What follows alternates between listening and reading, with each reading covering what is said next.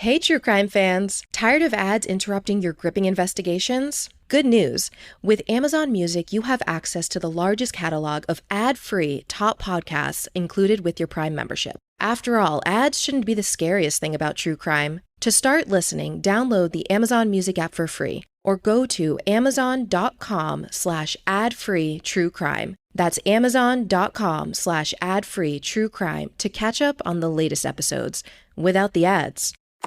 Dear Toyota, I need a word with you about your Crown family. Suddenly, I love traffic. Rush hour is my happy place. In the comfort of my Crown, I feel on top of the world. This is strange though, right?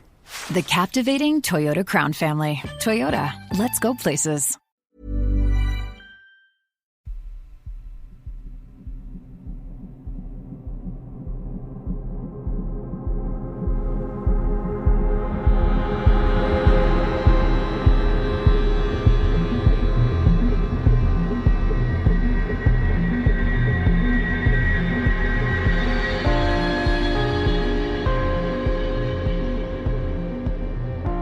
Hello and welcome to 31 Days of Terror day number 5, and today I am joined by the wonderful Monster Fuzz podcast.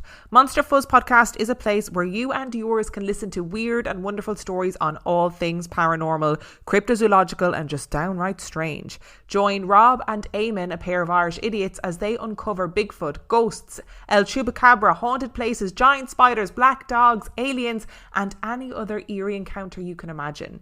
But it's not all blood and guts and spooky cuts. These IQ-deprived hosts can't go longer than 5 minutes without making a joke or referencing a silly piece of pop culture. They talk games, movies, books, TV, all wrapped up in humour, strangeness and a barrage of juvenile jokes. So what are you waiting for, yous messers? Have a listen and join their growing community of eerie eccentrics and fabulous freaks. Sure, you'll only love it. Okay, this was honestly an absolute joy to record, and Rob and Eamon are the most lovely people to chat to. I genuinely could have spoken to them for hours, so please do go and check them out wherever you get your podcasts, and the links to find them will be in the description of this episode as always. This episode was also recorded remotely over Zoom, so the sound quality may be slightly different than you are used to.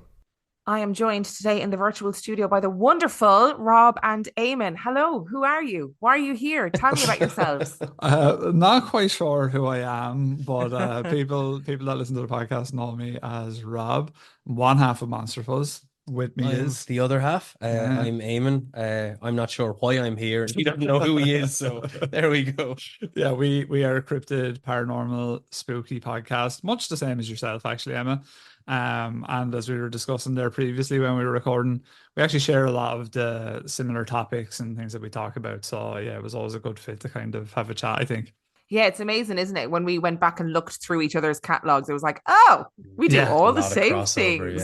Yeah, it's funny though, because it's interesting to see what you pick, because much the same as yourself. Like you go around and you're sort of going, will I do this for an episode? Will I do that? But what you end up picking, it kind of shows that you have a shared taste. It's kind of cool. Yeah, which is really fascinating.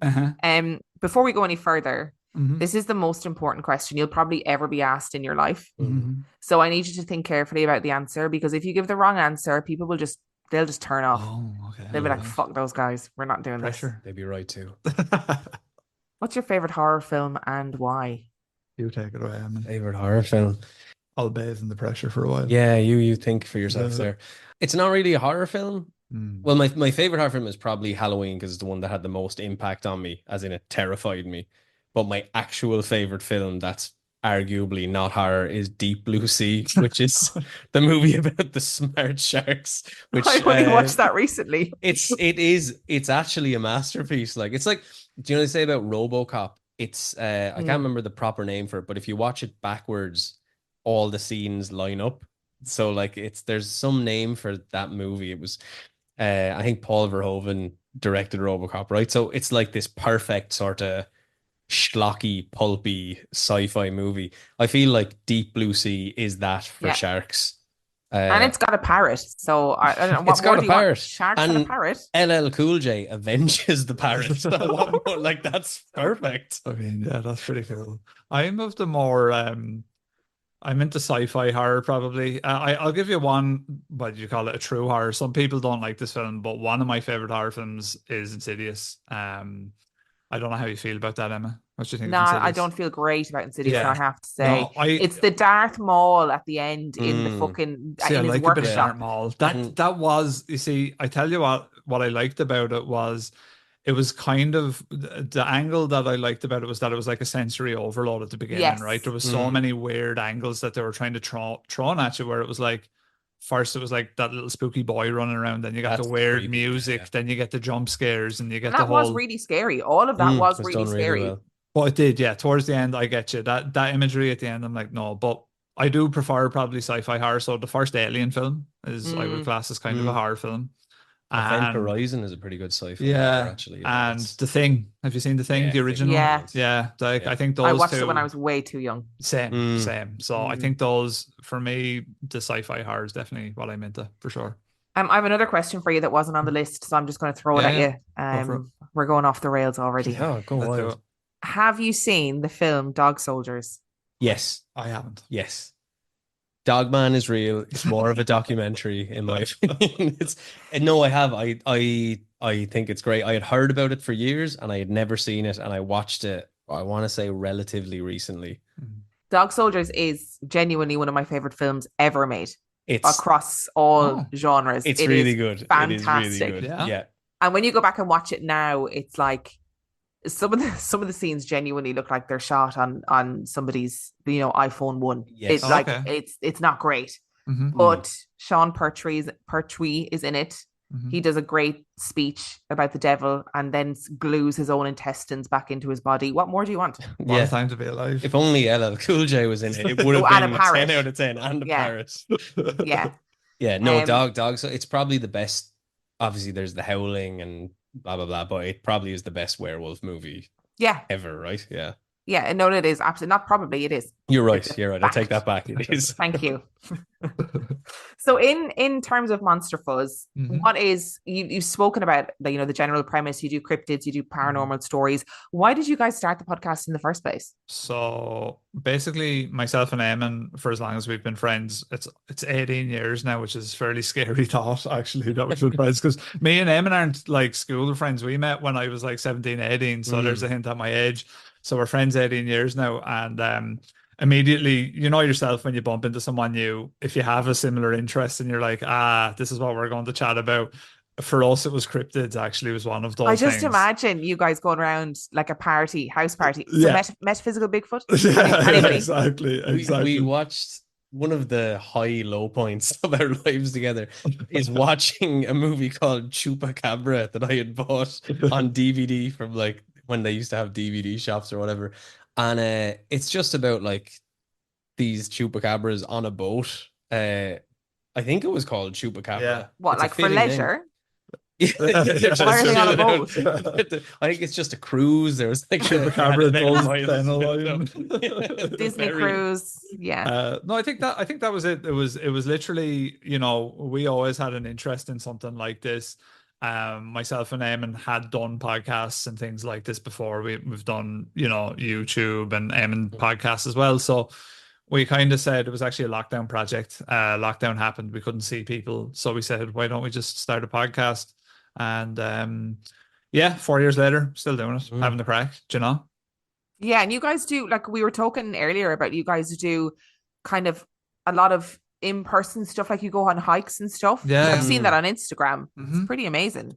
Yeah, we like it's kind of a cool thing, you like we were talking about live shows before the podcast, and it is nerve-wracking, and we liked meeting our listeners. So we said, basically, look, the long and short of it with the hikes is I wanted an excuse to get over to the UK to do hikes.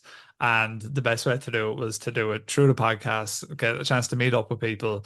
And it's a really absurd and strange thing because people go to you like, right, you're a cryptid podcast where you meet people for a hike in like Snowdon or Ben Actually, it Nevis makes or whatever. perfect sense. It does in a way, like it does and it doesn't. But no, it's great. Yeah, it's cool. Like, you do a bit of listener outreach. I think it's very cool to just meet people that listen. And like, yeah, there's something about the people who do make the journey to come and, walk up a mountain with you for hours. It's almost like when you do meet them, there's a very, I don't know, it's almost like you've pre-screened friends. So Yeah. when you meet them, it's very easy to talk, so much in common. And it becomes very quickly not really you like the podcast and you're here to like talk. It becomes a very like, oh, we're all just hanging out. You're not even really talking about the podcast or cryptids or anything like that, or ghouls or whatever. It's just chatting and meeting some. Yeah, it's nice a cool people, shared experience. Like we had some people from Canada, one from France, one from America on the last hike. So it was a really cool kind of, everyone was coming from a different spot and we were all meeting in one place and we're all, wanting to have the same kind of buzz, I suppose. Yeah, really good. That's the beauty of podcasting though, isn't it? Like you sort of build this really lovely community. It's great. Brings me joy. That's what you're saying. Like I suppose about the why of starting the podcast. It is, I always say it to people, I think it's a great thing to get into to enhance a hobby that you may already have, or an interest that you may already have. You can be around like-minded people all you want, and it's relatively easy to start a podcast, and then you get the opportunity to again talk to people about an interest that you may have you may not know anyone else in person that is actually into that thing. And it's so cool to, like, me and Eamon are those two weird South Park kids who at a party would be sitting down talking about Bigfoot, and so they're hard to come by. You're not this yourself, man. It's hard to find people like us. So when you put a podcast out, you're networking. You're hanging out with people. And it's a funny thing as well, because the more you talk to people, the more you realize everybody has a ghost story as well. Specifically, like not everyone has seen Bigfoot, but everyone has a ghost story. So for something that, we can't prove, we can't figure out, I've never met a person who isn't at least tenuously linked to someone who had a ghost story that they knew personally. My wife has one of the best benevolent ghost stories I've ever heard in my life. Like, just everyone has one. Before you tell her ghost story, because now you're going to have to. I'm sorry, it's just going to happen. I this also wasn't on the list, but I'm just putting it out there now. What is your favorite and least favorite thing about podcasting? I love the opportunity to meet and hang out with people and chat with people. I really enjoy that part of it. I think it's because I can be social on my own terms. I enjoy that about it. It's like, I think some people might make the assumption if they hear someone does a podcast or maybe have a YouTube channel, they think, oh, they're extroverted people. But that's not true for me. I'm quite introverted, I would say, but I can turn on the extroversion when I need to, and that's why a podcast is great. And then my least favorite, I think, is probably just getting negative comments or bad stuff that comes in, because I think at the end of the day, you're the same, right? We're just people. You wake up and then someone's trying to derail your day by saying something quite nasty, especially if they miss the point or something like that. You know what I mean? Like if someone is commenting on something where maybe they don't understand the full sort of meaning or intent, they don't get the dynamic, especially with us. Like, so me and Eamon have a lot of invisible dynamics as friends where we know what we're talking about without, you know what I mean? And so some people maybe don't get that, and they can misconstrue things a bit. So I don't like that part of it. How about you, Emma?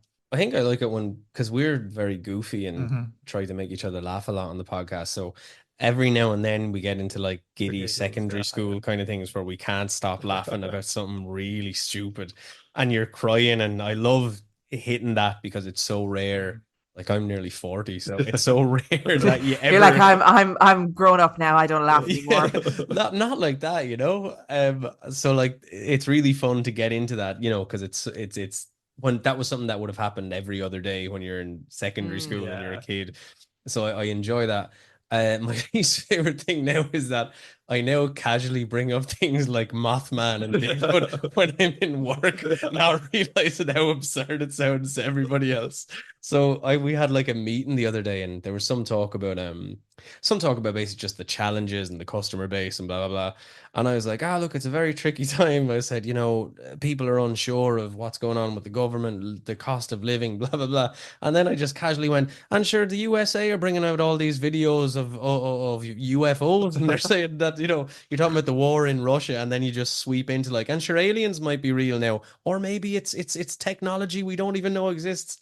And everyone in the room just kind of looks at you, then moves by quickly. There's just a silence where they're like, But someday they'll be like, that O'Neill kid, he was onto something. He knew this way before. He was right all along. He's right all along. You're like, one of my favorite characters in cinema is the dad in Independence Day. who's like, Yeah. I told you, and he's the crazy guy, the He's a drunk. cool dude, actually. Yeah, he's a cool guy. As I fly my MiG-15 into the laser of the UFO or whatever. That is your destiny. I'm sorry I to tell hope you, so. Eamon. Look, That's it. that's going down in a blaze of glory as far as I'm concerned. Yeah, and everyone who's listening to this will be looking up wistfully, smiling, wiping away a single tear. He did it. My God, he did it. So you guys are from Wexford, which is Sexy Wexy. Sexy Wexy, which is I've never said that again. Anyone's ever called it Wexico? We call it sometimes. I think it's more applicable. Which is in the southeast of Ireland. I can't believe I just said Sexy Wexy out loud. I feel like I've been ambushed. Yeah. For anyone who hasn't visited Wexford, they probably have these wonderful images now. I used to go on holidays to Wexford when I was a kid. So to Rosslare. Yes. Yeah. Were you the Fresh Prince of Rosslare and Sexy Wexy? See, there you go, Well, my mom is going to love that when I tell her that. Sexy Wexy, she'll die. Yeah. So still laughing about it. Derailed the podcast efficiently now.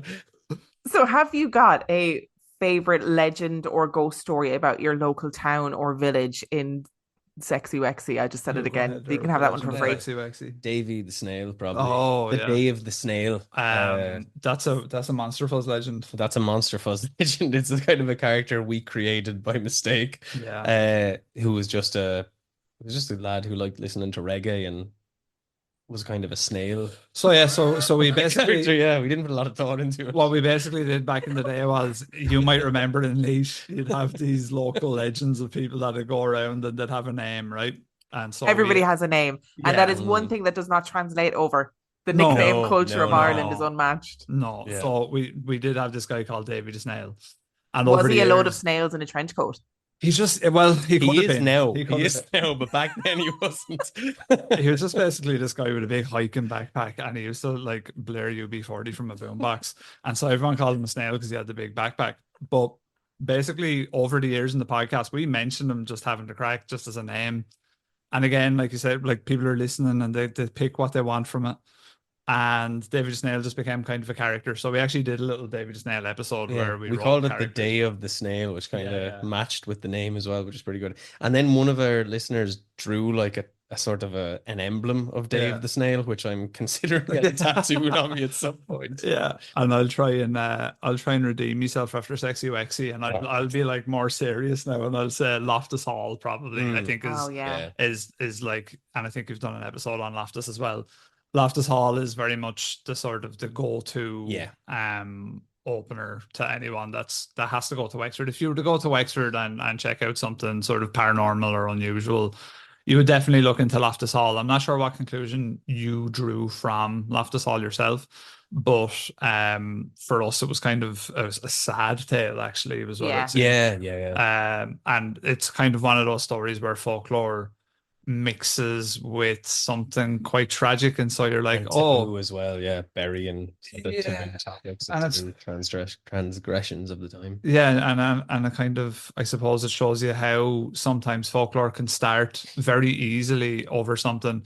Like with Loftus Hall, it seemed like, I'm not sure how many listeners are aware of the sort of story, but it seemed to kind of originate with the sort of Cliff Notes one is the devil showed up at a house, he burst through the roof, they couldn't rebuild the roof, all this kind of stuff. But then there was things about the daughter going mad, and she was inconsolable, all this kind of stuff. But basically, like, to sort of briefly summarize, it kind of seemed like maybe the character of the devil might have been someone who had a child with the daughter in the family, and that the daughter herself, we don't know whether the baby was terminated, whether it was taken away after the fact, or something had happened. There's all sorts of stuff, like it's buried in the walls.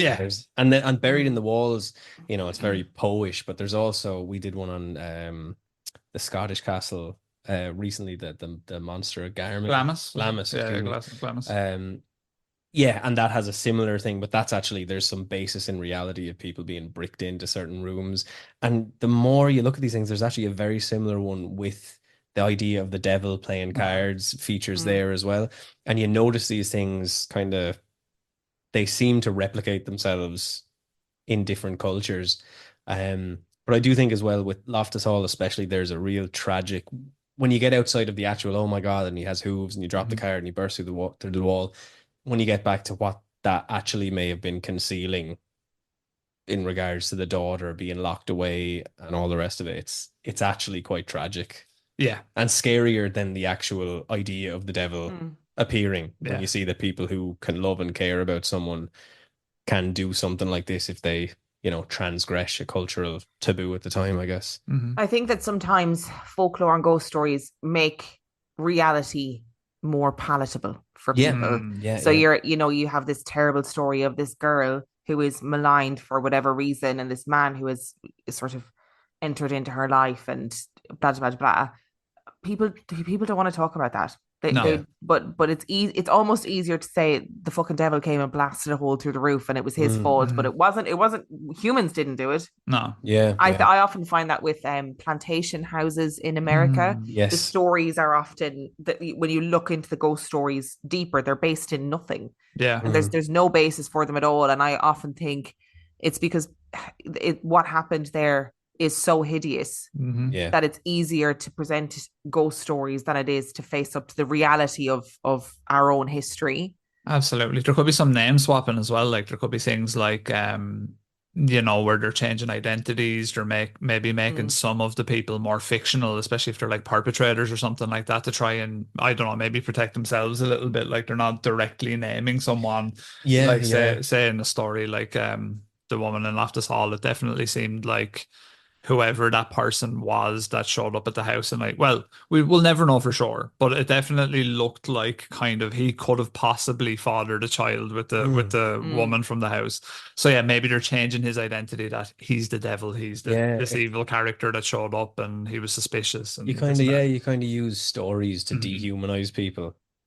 Yeah, you know, and you make them into a fictitious character, but at the heart of it, there's actually someone who probably suffered a really horrible fate. So it's, I think it makes it more unsettling when you know that as well behind it. Yeah. At 1-800-Flowers.com, we know that connections are at the heart of being human. Whether celebrating life's joys or comforting during tough times, 1-800-Flowers helps you express what words can't. For nearly 50 years, millions have trusted 1-800-Flowers to deliver thoughtful gifts that help create lasting bonds. Because it's more than just a gift. It's your way of showing you care. Visit 1-800-Flowers.com/ACAST and connect today. That's 1-800-Flowers.com/ACAST. Hey there. Looking to level up your shopping experience? Let me introduce you to Amazon Live. If you haven't heard, it's a shoppable video experience where influencers and creators showcase the latest must-haves, all while you shop in real time. And for those who love some celeb gossip, reality stars like Kyle Richards, Lala Kent, and friend of the pod, Paige DeSorbo. On her new show, In Bed with Paige DeSorbo, Paige invites top-tier guests to cozy up in her fluffy bed where they spill secrets, share nighttime routines, and even whip up midnight snacks. Stream and shop new episodes of her series In Bed with Paige DeSorbo every Tuesday at 7 p.m. ET by going to amazon.com/live/Paige_DeSorbo. Or you can watch Amazon Live's new live TV channel on Freevee or Prime Video under the DIY section and shop along on your phone. Since 2013, Bombas has donated over 100 million socks, underwear, and T-shirts to those facing homelessness. If we counted those on air, this ad would last over 1,157 days. But if we counted the time it takes to make a donation possible, it would take just a few clicks. Because every time you make a purchase, Bombas donates an item to someone who needs it. Go to bombas.com/ACAST and use code ACAST for 20% off your first purchase. That's bombas.com/ACAST, code ACAST. Don't settle for less. You deserve better. And you can find on Luxy. Have you met people who keep telling you that you're too picky? So what's your type? I'm looking for someone who's mature, funny, and financially stable. You're too picky. You're not picky. You were just on the wrong dating app. Enter Luxy. Exclusive screening, income verified profiles, high quality matches. Search Luxy Selective Dating on the App Store. Upgrade your love life today. Better than your ex.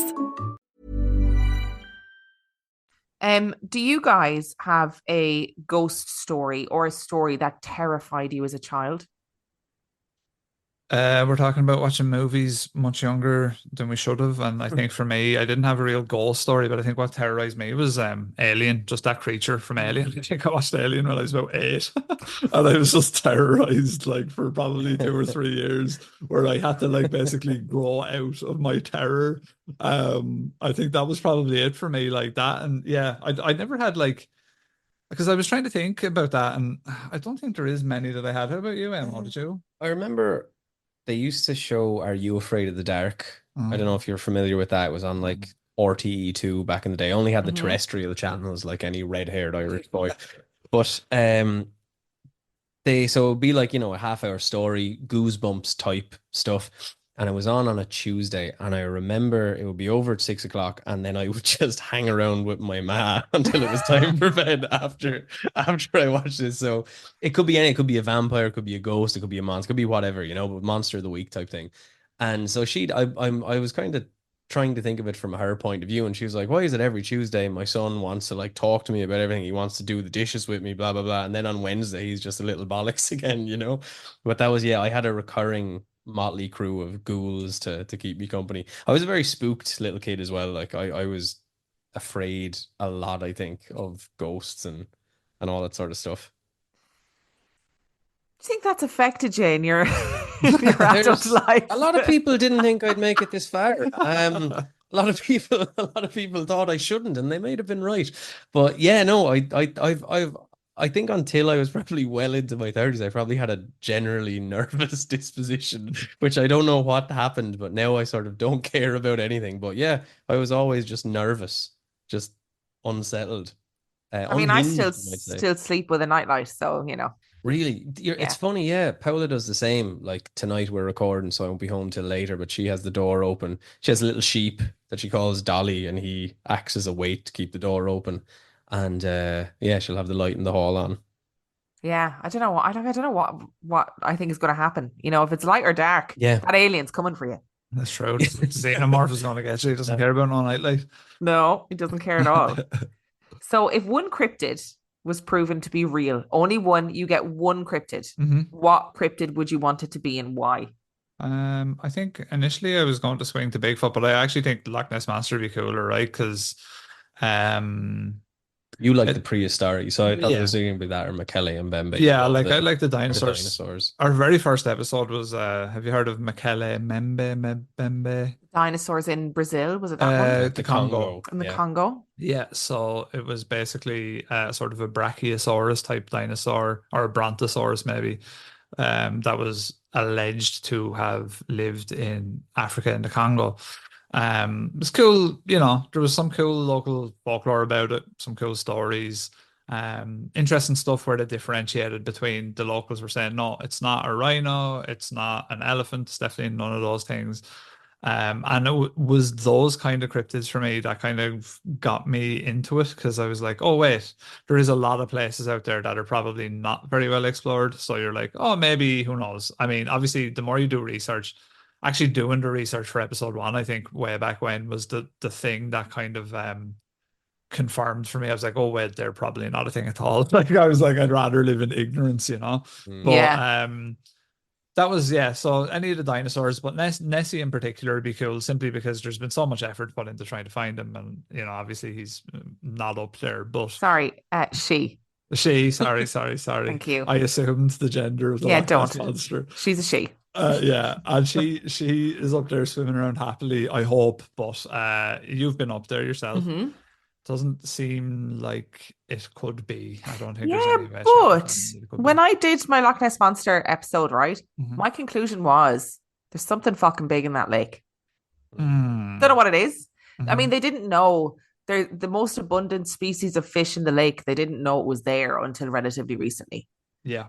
Because of how deep it is and how dark the water is. So I'm still holding my head up and saying she's real. She's there. She's just very deep down. Yeah, there is like networks of caves and stuff as well. You might get big mammals or whatever coming in. Yeah, I would be the same. I would like her to be real. Thank you. I had to struggle there for I was like, my brain was fighting me. It's like, it's him, it's always been him, but no, I took the right path. Yeah, no, I think Loch Ness Monster is awesome. I'm more into the high strangeness cryptids, the ones that definitely probably aren't real, but like Mothman and Dogman, but only Dogman when it tries to make you nervous and isn't an actual sort of bipedal wolf. I like all the high strangeness stuff. I think intrigues me most. Have you guys covered the Van Meter Visitor? No. No, That's no. another high strangeness one. I mean, it's this pterodactyl type creature, but it's got like a beam of light that shoots out of its head. Mm. And a load of people saw it in, over a couple of days. And then they went to this cave and blew up the cave Oh, nice. because there was two of these pterodactyl bipedal things in the cave. It's a great story. Yeah. So we've Fantastic. done a couple of pterodactyl stuff. We've done Thunderbirds and we've done the Ropin as well. The Ropin was kind of a pterodactyl from Papua New Guinea, was where he was, I think. Again, a long time since we did that. A lot of those ones then were real, Yeah. or something very similar was Yeah. real, and maybe it's carried down, like we said, in kind of elements of folklore, the tales that would have been told. Mhm. But yeah, no, I definitely prefer your one, the Van Meter Monster, to actual real dinosaurs. I like it when they're like an old Japanese movie from the 70s. Yeah. That's what I want. Have you guys ever had a paranormal experience that you'd like to share? Yes. I said that like I assumed you would have a paranormal experience together, and that was all that you could share. But separately is fine. We've had And certain also your experiences wife's together story. we won't talk about. Yeah. No, with so yeah, I have a fairly good one. I'll tell you Paola's one after then, and these two are kind of connected. So I've told this on the podcast before and on Tim Renner's podcast, Strange Familiars, which is worth checking out if anyone hasn't. When I was 7, I got a lend of some Teenage Mutant Turtles game from a classmate of mine for the Game Boy. And I remember I was lying on my bed on my back and I was holding the Game Boy up and playing this game. And eventually, anyway, I turned it off. And so it was kind of like the light would have been sort of directly above the bed. And I was a kid and I remember I was playing with the light. You know when you close your eyes really hard and then you open them and you see the big black dots and stuff like that. And it's hard to put myself back in the mind of a 7-year-old, but I remember just playing with that. I was fed up with the game. I couldn't beat the boss and I was doing this thing with the light and my eyes. And when I turned to my right, there was just like a figure that was made of those dots. That was like basically a shadow person, I suppose you would call it. But it seemed like it was made of those black dots. And I jumped through it and I ran to my parents who were still awake in the sitting room.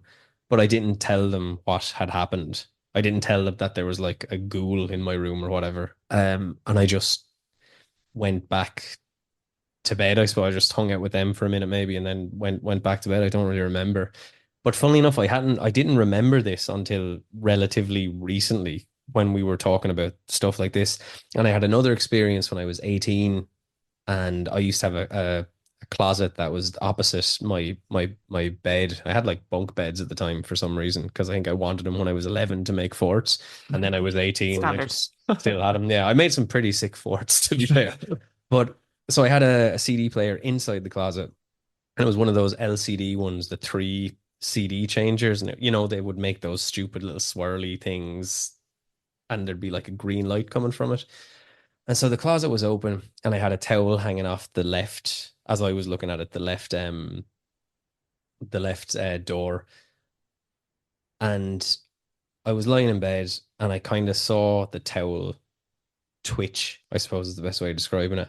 And I thought that maybe the light had hit it in a certain way, like the light from the window or something like that.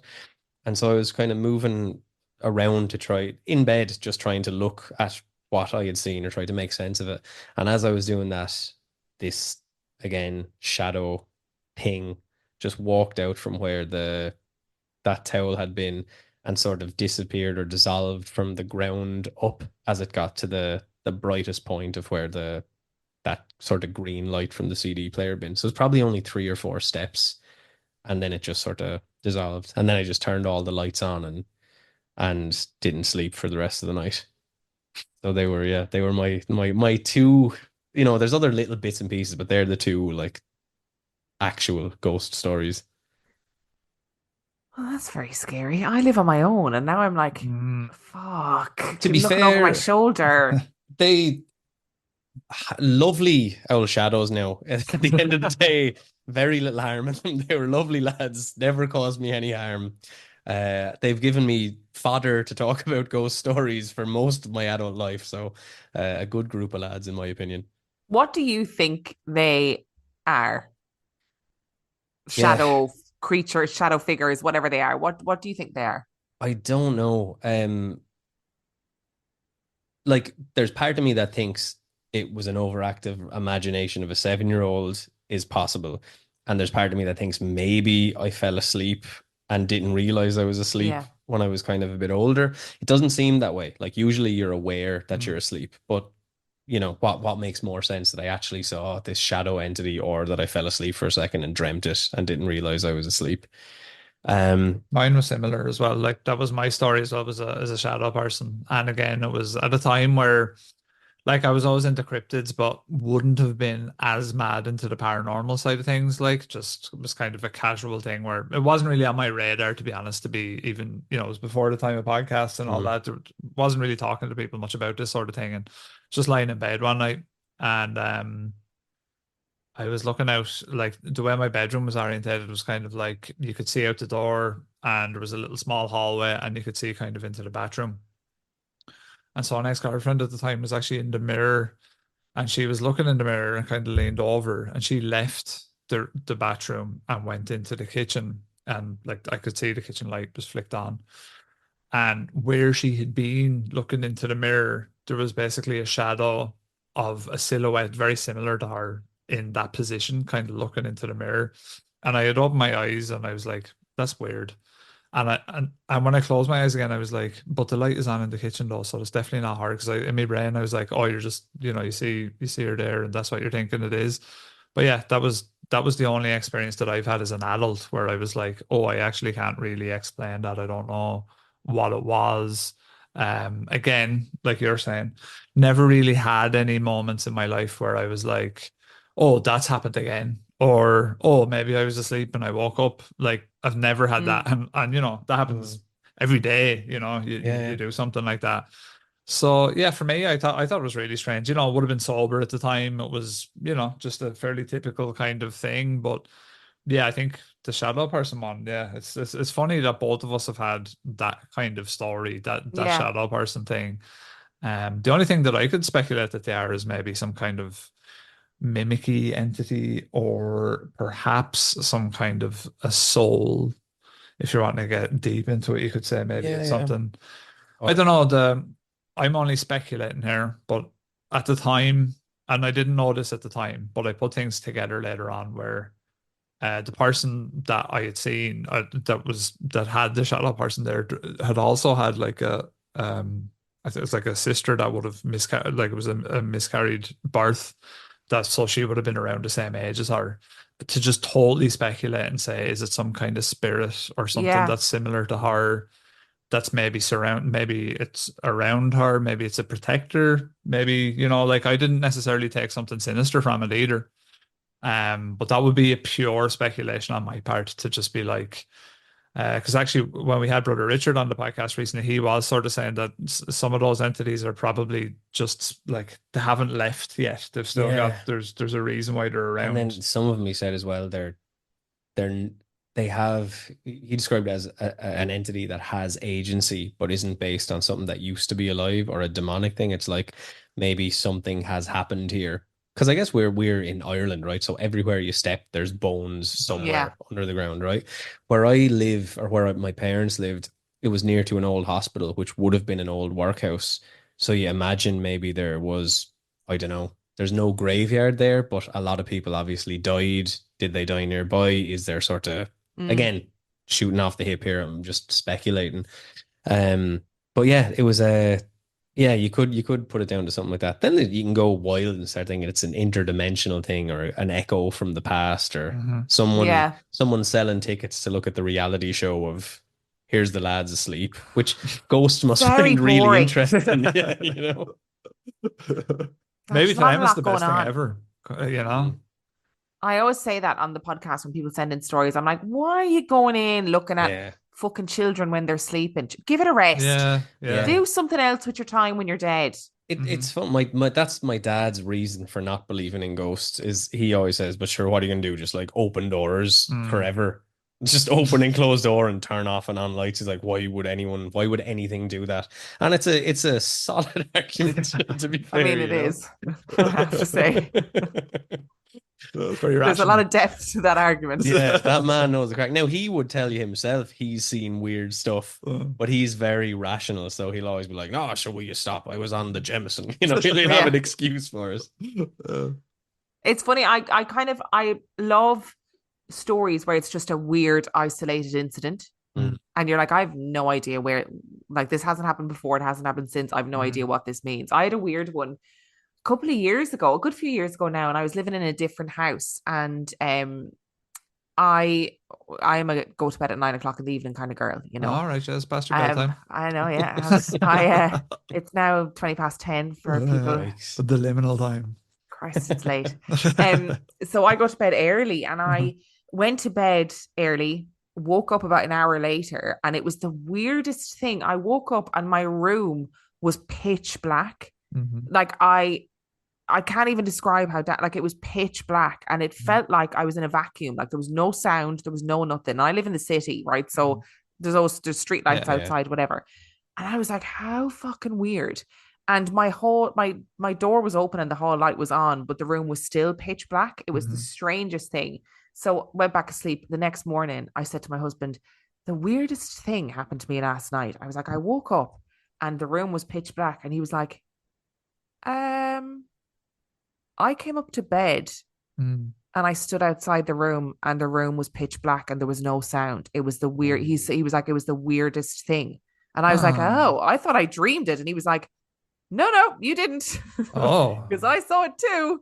And it, like, I didn't feel frightened, or I wasn't like, there's a presence in the room. It was just like being in a vacuum for, you know, a period of time. And then I was like, well, I've had enough of this now. I'm going back to sleep. Yeah, you might be the same as us, where the more you get things that come in, the more, you know, you can sort of interpret it how you like. It does seem that way, where it could be literally anything going on, to where maybe just even saying that a ghost is a spirit is maybe just too black and white and just simple. Like, there could be things like we've talked about, I know you've done them as well, but like things like glitches in the Matrix. Could it be something like that? Perhaps simulation theory. We've done all that too. It's Could it funny be you something say like that that? as well, because, you know, we recently talked to Brother Richard, who's a Capuchin monk, he's very interested in folklore and, you know, the idea of spiritual things, but he would talk a lot about places that don't exist, or people that visit places that are only there for a minute, and then like trying to find a shop that he found one Christmas and he couldn't find it the next day, and some really interesting stuff like that. And again, like we kind of said earlier, the more you talk to people, the more stories they kind of go, oh, actually, now that you mention it, you know. And people, I know there was one night I woke up, now this could have just been because I was half asleep, but I couldn't get out of my room for like a few minutes. It was bizarre. I was like, oh, that's really scary. Yeah, I needed to, like, I got up to go to the toilet, and when I tried, I must have been just half asleep, and I was just like, where is the door? And I just couldn't find the door. And like, it wasn't even dark. It was like my brain just It happened to me forgot last what a week. door was. Last week, Yeah, last week I was we like, need to up stop against- hanging around together. I got up out of the bed to go for a slash, and I was running behind on the wall. You were like searching for the braille and where the doorknob is. Yeah, it was really strange. but like I got that. Like I said, so because it's very easy to find the door, but I was facing the wrong way. And like I was just. But do you know what that? discombobulated. Do you know what that would have been back in the day? There's loads of stories about fairy lore, about people being in fields and not being able to find their way out, or you know, the fairies doing that to just for the crackery. I don't really know why they bother, but it is funny you say that trickster entity, like the fairies, because again, Brother Richard will go deep into the paint on that as well, and it's like we said, I think we said it in previously, was like, these are the things when you're having a conversation, it's lovely to come up with these ideas and kind of you know, toy with these various ideas, but then at the end of the day, when you're alone, in bed, you're kind of like, oh no, that was all just bollocks. That was just Yeah. stupid. We won't talk about that anymore. But yeah, I think that's where I land on it. What has been your favorite episode of Monster Fuzz that you've ever done? Serious one. Brother Literally Richard. Brother Richard, a couple of weeks ago. It was fantastic. He's an amazing speaker. So if anyone's listening and they want to check out like a serious episode, check that out. He's a Ser- Capuchin monk, isn't he? Yeah, Yeah. Capuchin Yeah. monk, friar priest. So he's it's obviously all from a Catholic perspective and stuff like that, but still, no matter what religion you are, whether you're Yeah. atheist or whatever, you'll enjoy it. He's like from the Franciscan order, and their way is very it's Open, sort of open. yeah. It's not Yeah. really dogmatic. He's very open, and it's very he'd be talking about like Carl Jung and stuff like Yeah. that as you're chatting to him. So very introspective, kind of open, curious, I suppose would be a good way of describing it. Silly then as well. We had a Skinwalker Ranch, like, because I did these episode notes on such Robert Bigelow, Skinwalker Ranch, Bigfoot, aliens, everything, Wendigos, who knows? They're all there. And Rob absolutely stuck his nose up at it and just started making jokes and totally just tore it down. And it's one of the funny things about our podcast is like, we really don't know what way the podcast is going to be when we start recording it, because one of us might be in a dumb mood, and so then we're not going to take Skinwalker Ranch seriously, for example.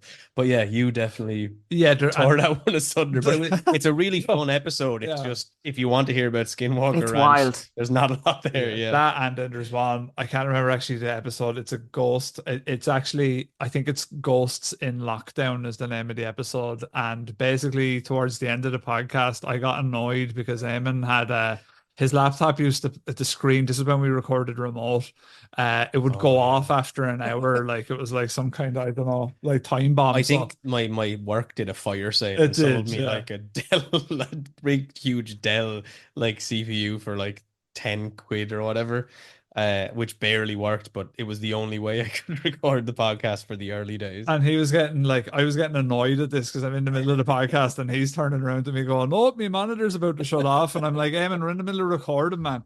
So he was so I just said, "No, we're going to keep recording now with no screen on." So basically it ended up being this thing where we went into this kind of tangential rant about Jim Caviezel and all this type of stuff. And a very funny episode with a lot of silliness. Eamon stumbled in, he went to the toilet, he came back, and I'm doing a monologue about Jim Caviezel, the life of Tom. No, he went, like, because I put the headphones back on, and he was just like, and then sure, and people would be talking about pro-choice and all the rest, and I was like, what is after happening? Where have we gone here? What is after happening? So yeah, that was like the first 100 episodes are kind of like a New York hardcore punk band that can't play their instruments. That's kind of the first 100 episodes of our podcast. That's a pretty good description, though. Do you know what I mean? I'd listen to that. I'm into it. So finally, why should people listen to Monster Fuzz? That's a good question. They probably shouldn't. Yeah. But if they do, if they're looking for what I would say, what people say to us about Monster Fuzz is that they like it because it is literally just mates chatting about the things that they're interested in.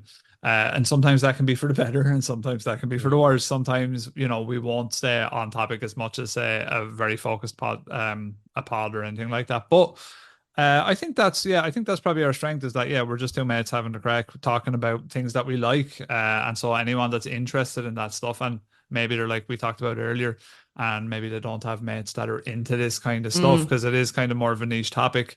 I think that they would get something out of it. Sometimes you can say silly dumb stuff, but other times you will get something out of it. It's a weird way. It's kind of like when it's kind of like going out drinking with your buddy. It's just the two of you, and you start off with sophomoric humor and being silly, and you get a bit introspective then, and then you might talk about mental health, and then somebody cries. Yeah, somebody cries. Yeah, well, I don't think we've experienced that yet on the podcast, but it's only a matter of time. Yeah, exactly. But I think there are certain episodes that will run the whole gamut of all these different things. But I think that's what it is. It's true friendship, I suppose, that we've had for years. And then the other side of it is that it's real. I think it's the kind of thing that I would probably enjoy listening to. And like any friendship or going out having a drink with your friends, there are the times when you're going like, will that fella ever just stop he's talk some load of mess, you know? So that does pop up from time to time too. Mm-hmm. It's been a pleasure. It's been amazing. Yeah, it's Emma. been great for We'll us. have to do it again for sure. You guys have been fantastic. The next time I'm in Ireland, we'll have to record in person. Absolutely, you may come down, or we can go up whatever. Sorry, no. There's no coming for up the holidays. Apparently. There's no coming up to Leash because I don't have a studio. It's just my man Dad's house, and my dad still doesn't understand what I do or what a podcast is. So he'll just wander in the middle and be like, "What are you doing?" Absolutely, pop over sometime. We'd love to have you. Yeah, absolutely. Thank you so much, ladies and gentlemen. If you're listening, please go and check out Monster Fuzz. It has been a pleasure. Since 2013, Bombas has donated over 100 million socks, underwear, and T-shirts to those facing homelessness. If we counted those on air, this ad would last over 1,157 days. But if we counted the time it takes to make a donation possible, it would take just a few clicks. Because every time you make a purchase, Bombas donates an item to someone who needs it. Go to bombas.com/ACAST and use code ACAST for 20% off your first purchase. That's bombas.com/ACAST, code ACAST.